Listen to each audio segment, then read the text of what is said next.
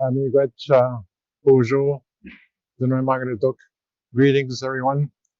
I'm deeply honored to welcome you to this very important gathering on reconciliation here in Canada. It's to honor our children, to make sure they understand where they come from. The prayer is about, the Creator to guide us in one of this very important event. Without this national words, Gijema do, Yimegagi Zimigo, Mijawan Mishinam, Migidamag Toishnam, Ikanob Mishinam, Minashkin Mishnam, Gijawan Jigain, Kimnazian, Nimagim stay with Tamang, and English Jingang Gagis Minigo is young, Shomis, Nashikomiwaki Gamado Katamang, Gamanjaminik, Gamanjogit Namo, Kinagigo Magamjumaji, Nakutan, and Shomis, Ajogain of Magamitavishnam, Amano Chakra, Tunagis Minigo is young, Simoseka, Angela Lakamono de Juavan, Agipishimish Yang, and English Gagitong, Shannon with the Gagipish Kinamo Yang, and English Yang Nakutan. Ingabion with the guy in the Gatamo, to change again, the guy Macho, to finish Nakutanen, Wabalang with the kid, no way the guy is Machan, Nakutan and Kinagago, Nagimish Kinamo Yang, and again Kitan, Mijoan Mishnam, Mijoan Mishnam, Mijoan Mishnam, Mijoan Mishnam, because. Dante, Anin, for those of you that don't know, my name is Ray Coco Stevenson. I was given the name Walking Wolf over 35 years ago. We're going to get things started with a song that I composed over 20 years ago. I use it as an honor song.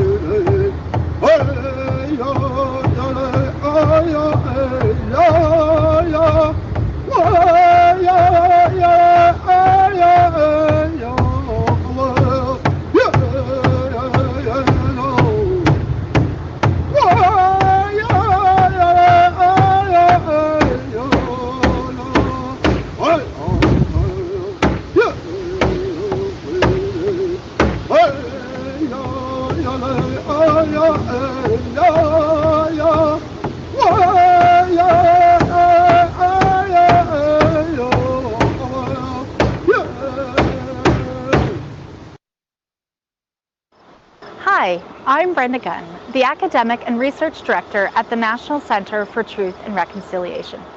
Today marks the beginning of Truth and Reconciliation Week 2022. We're so excited to have you join us to learn about Indigenous peoples' languages, culture, as well as the history of residential schools, including hearing from residential school survivors themselves. This year, the NCTR is continuing the conversation to remember the children who were taken from their homes and forced to attend residential schools. We want to make sure that everyone in Canada has the opportunity to hear from survivors and hear their truths, including the truth that many children did not make it home. Last year, the first National Day for Truth and Reconciliation came after the uncovering of graves of many missing children. Since that time, the spotlight on the history of residential schools has faded a little. But it's important that Canadians continue to learn and relearn this history. This year, we have an opportunity to continue the conversation. Reconciliation is a long journey, and it's not one that survivors and organizations that work with survivors should have to endure on their own. Everyone in Canada has an obligation to move reconciliation forward. This week, take the time to learn the role you can play in reconciliation. Listen and ask questions. Take the truths you learn and champion them. Also, remember to have empathy for what took place. Thank you for joining us.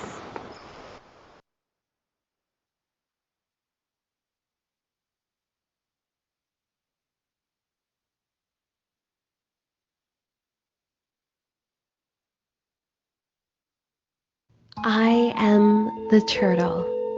I represent new life. I have witnessed creation and carry the laws of time and life on my back. I represent healing, wisdom, spirituality, and protection. Today, I ask you to remember the children of residential schools and take what you learn and share it so we can all heal. Remember, with truth comes wisdom and a new respect for generations to come. I am the eagle. I fly high in the sky. I carry your prayers to the Creator. I represent respect, honor, strength, courage, and wisdom. With other birds, I bring the seeds of life. As we take this journey together, I will watch over the children, honor them, and ask you to listen to the messages shared with you today through story and song. I am the buffalo. I am here to guide you and give you sustenance. I'm always here for you, even when you are called back to the Creator and the physical life comes to an end. Today, I want you to remember that so many are on an important healing journey. Each carries important truths that we need to hear and respect. I am the polar bear. I am here to help you heal both your mind and body. The healing medicine I carry came from the elders. I share this with you so you too can help others. I ask that you share what you hear today. And remember, never stop learning, never stop exploring, and never stop loving. This is my medicine. Hi everyone, my name is Prestin Thōtin-awāsis. I'm from Stanley Mission, Saskatchewan, located in northern Saskatchewan on Treaty 6 territory and homeland of the Métis. Today I bring greetings from Saskatoon, Saskatchewan, also located on Treaty 6 territory. Today's episode will be on identity and heritage. Two-Spirit Elder and Knowledge Keeper for Laurie McDonald will be sharing their story and their journey in how we've gotten to where we are today. Please listen with an open heart and an open mind. These stories are very real for many of us.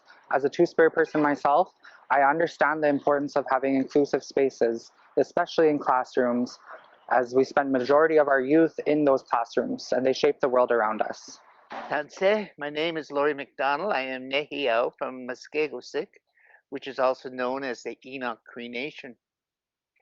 Many times throughout my years as an educator, as a social worker, or even as a knowledge keeper, I've been asked to speak on the concept of identity or concept of being two-spirited people.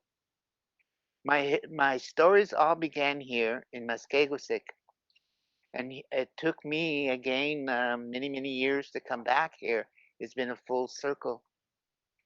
But growing up, which would have been maybe about 10 miles from this original site, memory takes me back maybe when I was about 4 or 5 years old, when I first heard that word of being special. I know we all look at our children as being special, but my kokum has said, you know what? As you grow older, there's something you're going to be given a pathway that a lot of people don't understand. And maybe today, I remember her saying those old words, maybe today you don't understand it either, but that pathway is going to be re-given you that gift that the Creator had given to you. And she said, you are going to be walking in two worlds. And what it means for you, you'll find out. But I just want to caution you, you do this in a good way. That's what I remember her saying. Having going through life a few more years, that inclination of who I am became visible, came into my mind, and it started to make sense. And it was at that time, would have been around age 9, 10 years old, I began to see that my path was very different. I got a liking for males as opposed for liking girls. And I couldn't really understand that yet. And I think it was not only till I entered the residential school when I actually got a better picture of what that was all about. People today call that I was gay.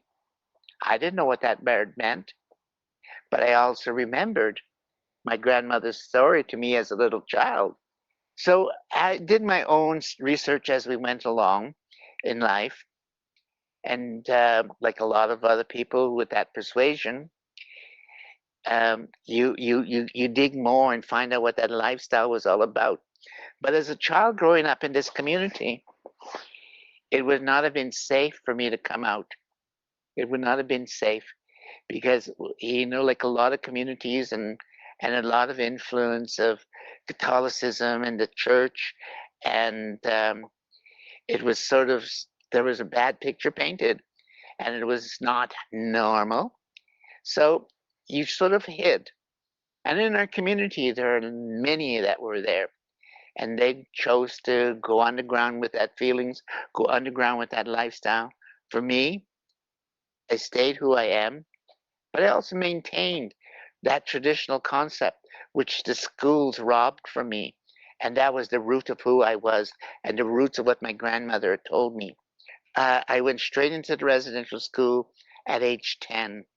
And right after I had finished residential school, I went into university, and lo and behold, in the city of Edmonton, I was in my element because there were many people like me.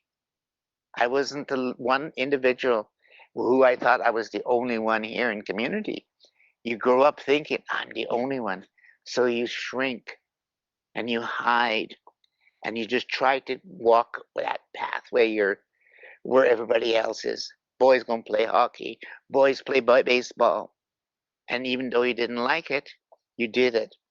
Because if you didn't, you would have people out there who would probably cause you harm. So I left the community right after I had graduated from university. I I come home occasionally, but I never lived here because to me, I didn't feel it was safe. I went out and I went and pursued my career as a school teacher and found myself. But it took me many, many years to grasp the fact that I was not only belonging to the gay, lesbian, transgender community, I was an individual person. I was an Indigenous person with a rich cultural heritage. And it was not until about maybe the late 70s or early 80s when I went into the community in Vancouver.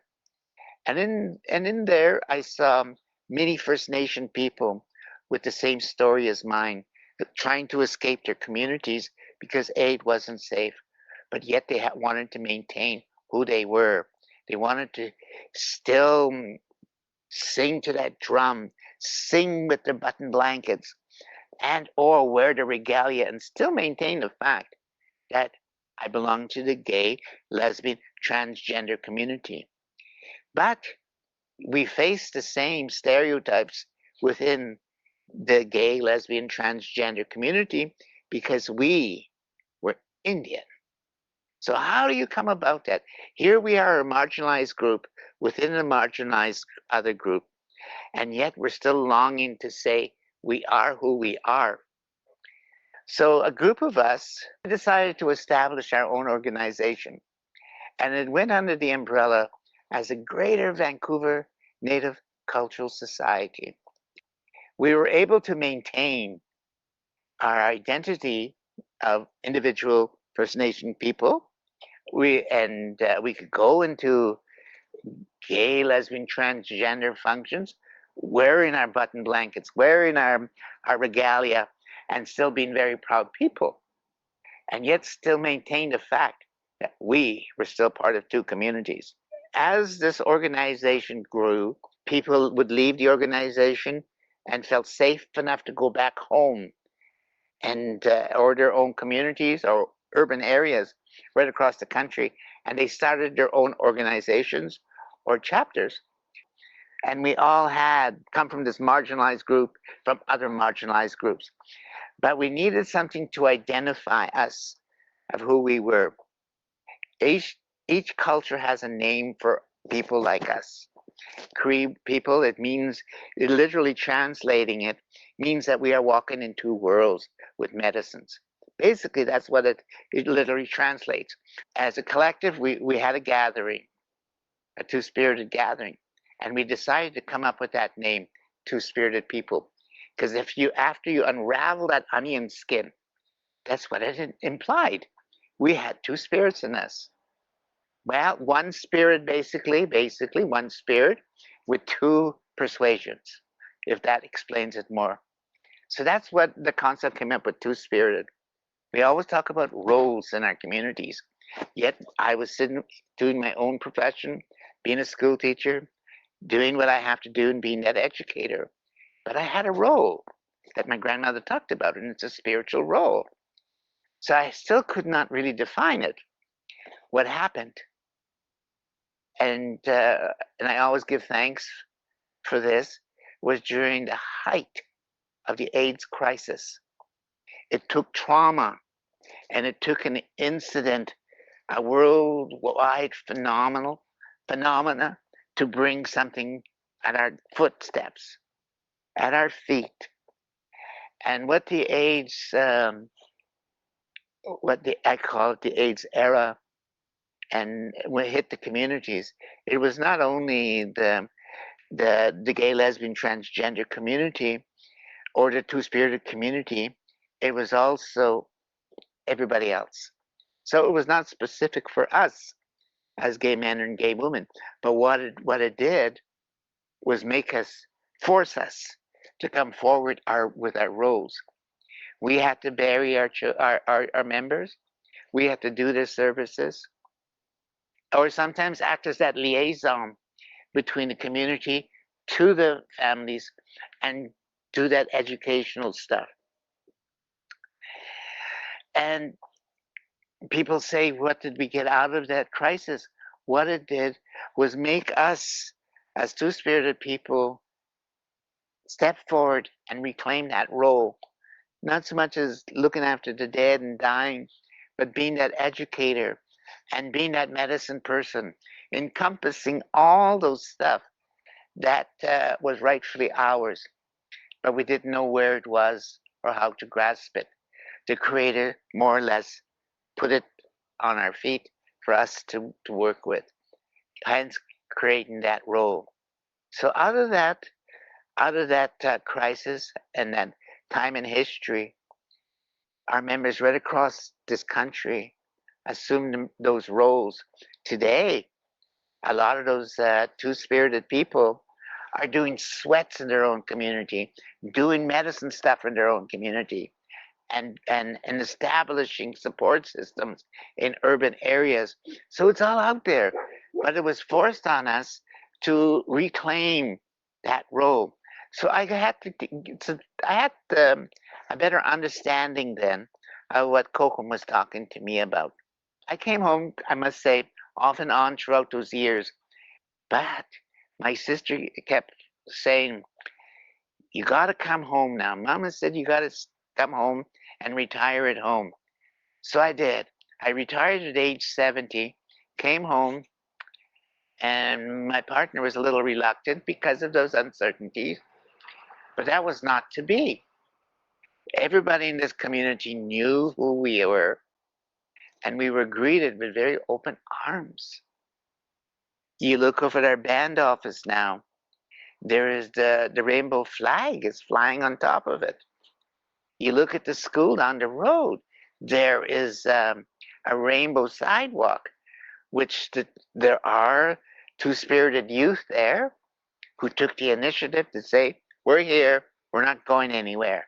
So it's safe for them to now to reclaim that identity as not only being to the gay, lesbian, transgender, and all those other acronyms, right? They belong to that, but they also have a right to wear that regalia that their spirit wants them. If they're male embodied and they want to dance with a jingle dress, so be it, because what they're doing is bringing medicine. And the same with our two-spirited women who may have the persuasion of dancing in men's fancy. They have that right, and they do it. I'm often asked by the elders and the pipe carriers when someone comes across their radar sort of thing, and the boy or the girl ask where should they sit, because here, if the pipe carriers have the men on one side, the woman on one side, and if you have this transgendered person, where is he going to sit or she going to sit?